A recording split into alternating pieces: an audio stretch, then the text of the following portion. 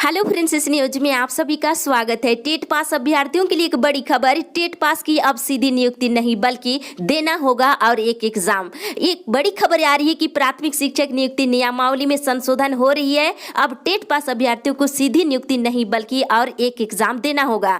बताते चले, प्राथमिक शिक्षक नियुक्ति नियमावली में संशोधन की प्रक्रिया जो है वर्ष 2018 से ही चल रही है, लेकिन अभी तक देखा जाए तो नियमावली में संशोधन की प्रक्रिया चल ही रही है।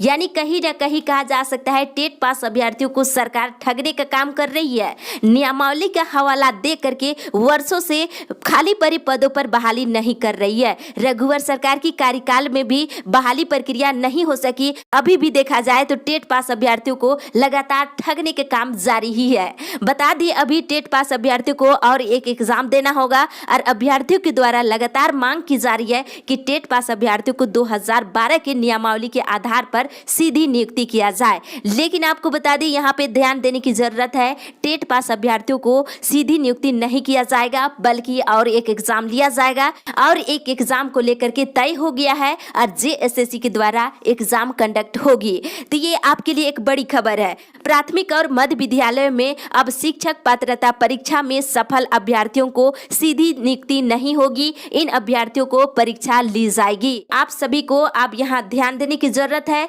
कि आपकी सीधी नियुक्ति नहीं होगी बल्कि आपको और एक एग्जाम देना होगा। इस तरह से कहीं ना कहीं कहा जा सकता है टेट पास अभ्यर्थियों के लिए एक बड़ी खबर हो सकता है, जो अभ्यर्थी सीधी नियुक्ति को लेकर के इंतजार कर रहे हैं। तो इस तरह से राज्य सरकार का एक पलटवार कहा जा सकता है, अभ्यर्थियों के लिए भारी पड़ सकता है।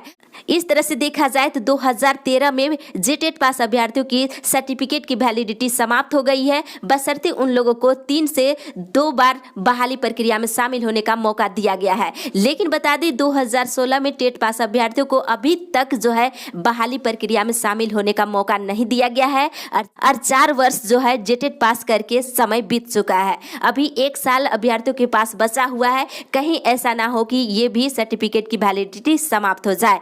अभ्यर्थियों को डर सताने लगा है कि कहीं टेट पास अभ्यर्थियों की सर्टिफिकेट की वैलिडिटी समाप्त ना हो जाए और वहीं दूसरी तरफ अभ्यर्थियों की उम्र सीमा भी समाप्त होने की कगार में है। तो अभ्यर्थियों के द्वारा लगातार मांग की जा रही है कि सीधी नियुक्ति के द्वारा भरा जाए। लेकिन आपको बता दें, सरकार की ओर से यही बारी बारी से खबर आ रही है कि टेट पास अभ्यर्थियों को और एक एग्जाम लिया जाएगा। तो 2016 में पास लगभग 50,000 से अधिक अभ्यर्थी है जो अभी नियुक्ति को लेकर के इंतजार कर रहे हैं। और साथ ही बता दें, इधर 2020 का भी जेटेट परीक्षा का आयोजन को लेकर के प्रक्रिया शुरू होनी थी, लेकिन कोरोना महामारी की वजह से अभी इस पर लेट हो रही है। तो जल्द ही इसको लेकर के आगे की प्रक्रिया अपनाई जा सकती है। फिलहाल इसको लेकर के कोई अपडेट अभी नहीं आया है। जेटेट पास अभ्यर्थियों की सीधी नियुक्ति नहीं बल्कि और एक एग्जाम के द्वारा ही आप बहाली प्रक्रिया में शामिल हो सकते हैं। कहीं ना कहीं आपको बता दें, शिक्षक संगठन के द्वारा आज बैठक होना है नियमावली में संशोधन को लेकर के। तो आप देखना ये है कि आज क्या खबरें आती है टेट को लेकर के, नियुक्ति को लेकर के। तो और साथ ही टेट पास पारा शिक्षकों का भी देखना ये है कि जेटेट पास पारा शिक्षकों को भी क्या मेंस का एग्जाम देना होगा।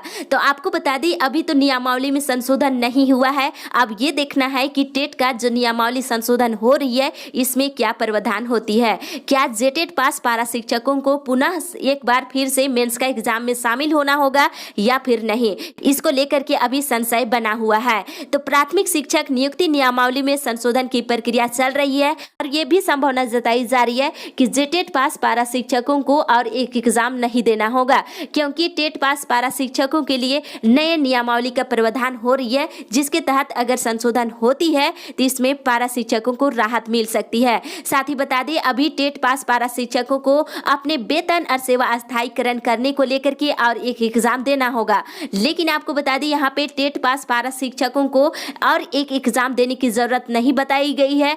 अब ये देखना महत्वपूर्ण बात होगी कि जेटेट पास पारा शिक्षक हो या फिर जेटेट पास कर चुके बहाली को लेकर के इंतजार कर रहे हैं, तो आप नियमावली में क्या बड़ा बदलाव सामने आती है। तो इस खबर में बस इतना ही। आगे की खबर के लिए आप हमारे साथ बने रहे।